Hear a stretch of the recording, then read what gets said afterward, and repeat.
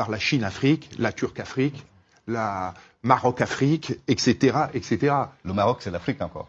Oui, mais c'est fait exprès, parce que le Maroc, c'est l'Afrique, mais le Maroc qui s'investit en francophone, en Afrique francophone, est en train de faire quelque chose d'absolument extraordinaire. Ce sont des concurrents par rapport à la France qui sont très forts.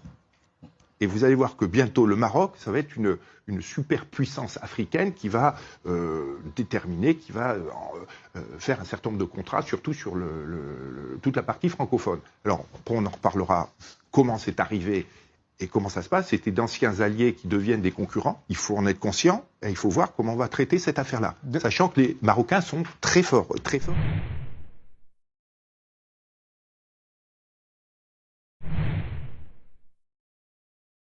Je crois que l'image du Maroc aujourd'hui, c'est celle du développement économique et de la stabilité politique. Alors le développement économique, le roi Mohamed VI a mis beaucoup de volonté politique dans la construction des infrastructures, notamment les ports, les autoroutes, un TGV qui a été inauguré très récemment entre Tanger et Casablanca, donc le grand port de Tanger, dont il veut faire un très grand port méditerranéen.